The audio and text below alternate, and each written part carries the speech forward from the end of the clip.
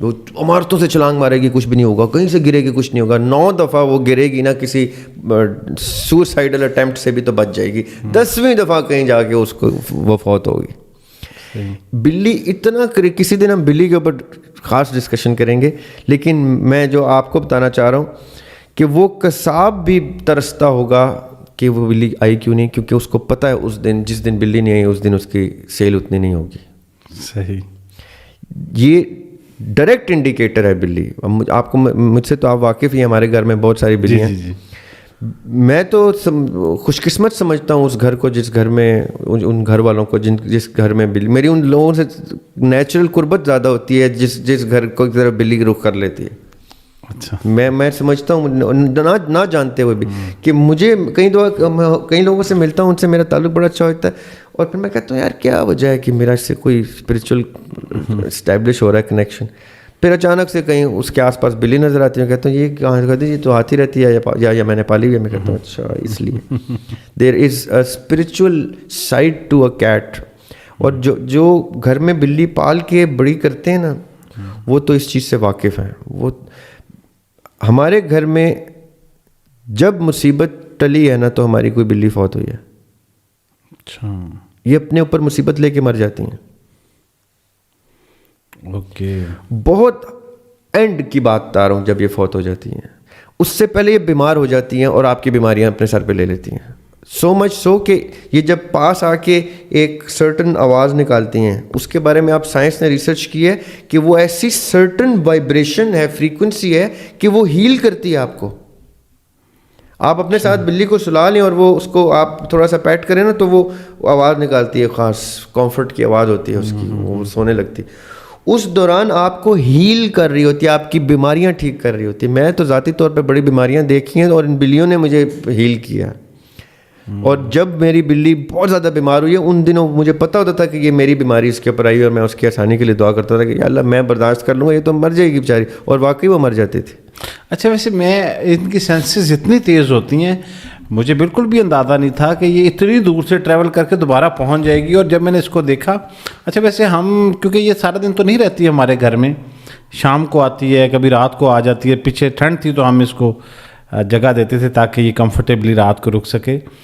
تو تھوڑا سا ہم مس بھی کرنے لگے کہ 2-3 دن ہو گئے, لیکن یہ خود ہی پہنچ گئی. اور میرے لیے اتنا شاکنگ تھا کہ یہ اتنی دور سے واپس کیسے آ گئی. اور ابھی پوڈ کاسٹ کرنے لگی تھی آپ کے. ہاں جی, اسی چیئر پہ آ کے بیٹھ کاسٹ ہونے لگی تھی. Kate cost. دریاب بھائی, سوالات کا سلسلہ جو ہے وہ ختم ہو گیا, اور اگلے ہفتے پھر بیٹھیں گے انشاءاللہ. اور ایک سوال ہے, اگر ہم کوئکلی لے لیں کہ کسی گھر میں اسپیشل چائلڈ پیدا ہو تو یہ کوئی امتحان ہوتا ہے؟ یہ ایک سوال ہے کوئکلی. یہ تحفہ ہوتا ہے, امتحان سے آگے کی سٹیج ہوتی ہے. یہ گفٹ ہوتا ہے, بلیسنگ ہوتی ہے. اچھا. اور یہ بلیسنگ, اب دیکھیں ہم عالم ارواح کو بہت ڈسکس کرتے ہیں. عالم ارواح میں کچھ ارواح ان لوگوں کے ساتھ اٹیچ کی جاتی ہیں کیونکہ اللہ تعالیٰ تو ہر چیز سے کیا عالم ہے. ان کو تو ایگزیکٹلی پتہ ہے کس روح نے کس وقت بندہ بن کے اترنا ہے, کس وقت چلے جانا ہے, اور کس وقت برزخ میں جا کے کس وقت جنت میں. یہ اللہ تعالیٰ کو تو سب پتہ ہے. اللہ تعالیٰ کو ہی تو خالی نہیں پتہ, اللہ تعالیٰ نے اپنے نبی کو بھی دکھا دیا ہوا یہ معراج پہ جنت اور جہنم کا کانسیپٹ. اب جس گھر میں اسپیشل چائلڈ ہے نا, کسی بھی حوالے سے ایک ایسپیکٹ بھی اس کو اگر اسپیشل کرتا ہے تو پہلے تو یہ سمجھ لیں کہ وہ اسپیشل ہی ہے. ہم کم ہیں, وہ اسپیشل ہے, اسی لیے ان کو اسپیشل کہا جاتا ہے. وی آر انڈر پریولیجڈ, ہمیں کم عطا ہوئی ہے, اس کو اللہ نے زیادہ عطا کیا ہے, جس کی وجہ سے اس کو اسپیشل کی ٹرم دی گئی ہے. وہ گفٹڈ ہے, اس کو وہ بلیسڈ ہے. ہم امتحان میں ہیں. اب مثال کے طور پہ کسی بچے کی کوئی ایسی حص ہے جو اسپیشل کیٹیگری میں آ کے ہمارے کاغذوں میں وہ حص ویک ہے, تو اس حص کا تو اس کو وہ سوال ہی نہیں ہے, جواب ہی نہیں ہے, گناہ ہی نہیں ہے. اس حص میں تو وہ بخشا ہوا ہے. صحیح. ہم اس حص میں پھنسے ہوئے ہیں نا. ٹھیک ہے. اور پھنسے کیا ہیں, رہ گئے ہیں. یہ سچی بات ہے. صحیح. انصاف کا تقاضا تو یہ ہے کہ انسان کبھی بھی اپنی حص کو جسٹیفائی نہیں کر سکتا. یہ قرآن بھی کھول کھول کے کہتا ہے. اور تم بہت کم شکر ادا کرتے ہو. مطلب کہ یہ کنٹینیوس ٹینس کی گفتگو ہے تو پریزنٹ انڈیفینٹ, لیکن یہ کنٹینیوس رہے گا, کنٹینیول رہے گا, اور واقعی انڈیفینٹ ہے, کبھی بھی نہیں رکے گا انسان کی ناشکری کا ایلیمنٹ. جس کو وہ حص ہی نہیں ملی اس کی تو وہ شکر اس نے نہیں ادا کرنا نا. اس نے کس چیز کا شکر ادا کرنا ہے کہ شکر ہے مجھے یہ حص نہیں دی. اب وہ تو اسپیشل بچہ ہے, اس کو تو نہیں پتا. جو اس کے گھر والے ان کو وہ شکر کریں گے کہ شکر ہے اس کو وہ اسپیکٹ نہیں دیے جن کو جو میرے جلائے جائیں گے, جو حصے میرے جلیں گے ان حصوں میں یہ جنت میں پایا جائے گا. یہ جنت کے ٹکٹ ہوتے ہیں. یہ ان کا گھر میں آنا اس گھر کے فضل کی پہلی گارنٹی ہوتی ہے. جیسے میں نے آپ کو بتایا نا, بلی جس گھر میں جا رہی ہے رزق کی گارنٹی ہے. یہ اسپیشل بچے جس گھر میں جا رہے ہیں, اب بہت ہی بد نصیب ہوگا وہ آدمی جو اس گفٹ کے آنے کے باوجود اپنی جنت پکی نہ کر سکے. ان بچوں کی سیوا, ان بچوں کی خدمت, ان بچوں کو پروان چڑھانا جس بھی لیول پہ وہ لے کے جا سکتے ہیں, تب تک جب تک وہ زندہ ہے نا, ماں باپ زندہ ہیں, تب تک وہ اس کی غلامی کریں تو یقین کریں وہ پر ہے. ایک عام صحت مند بچہ اگر آپ اچھے تربیت میں رخصت کر دیں دنیا سے, تو آپ کو اللہ تعالیٰ کے نبی نے جنت کی گارنٹی دی ہے. تو یہ تو بہت خاص بچے ہیں. ان کے بارے میں کبھی ہم ڈسکس کریں گے کہ عالم ارواح میں یہ کیا ڈیسائیڈ کر کے آتے ہیں, کبھی ہم یہ ڈسکس کریں گے ڈیٹیل میں. یہ اگلی دفعہ کے لیے ہم سوال رکھ لیتے ہیں, نیکسٹ کسی ایپیسوڈ میں لے کے جائیں گے. سر آپ کا بہت بہت شکریہ. Thank you so much.